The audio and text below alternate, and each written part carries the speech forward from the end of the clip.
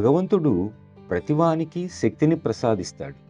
కానీ ఎవరైతే దానిని ఉత్తమంగా, మరింత ఉత్తమంగా ప్రజా సంక్షేమం కోసం ప్రతి చోట ఉపయోగిస్తారో వారికి మరింత ఎక్కువగా ప్రసాదిస్తాడు.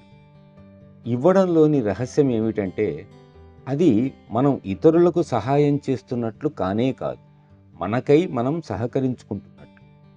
ఆ శక్తిని ఉపయోగించుకోకపోతే ఆ శక్తి మనలో మిగిలిపోయినట్లయితే స్థౌల్యతతో నిండిపోతూ ఉంటాం. ఎంత త్వరగా అయితే అంత త్వరగా పొందింది అంతా ఇతరులకు ఇవ్వాలి.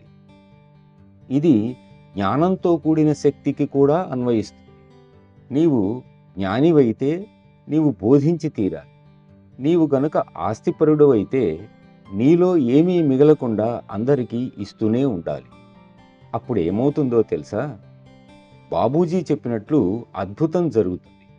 ప్రకృతి ఇలా పంచగలిగిన వానిని గుర్తించినప్పుడు అది తన దివ్యధారను ఇంకా ఇంకా పెద్దదిగా, చివరికి అనంతతత్వమే స్వయంగా అతని హృదయం గుండా ప్రవహించే విధంగా తయారవుతుంది.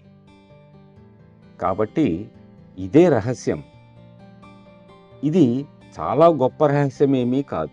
అలాగని అది బహిరంగం చేయబడ్డ గొప్ప రహస్యమూ కాదు. అది నీవు హృదయపూర్వకంగా అంగీకరించవలసిన రహస్యం. దానిని ప్రయత్నించటానికి భయపడకూడదు.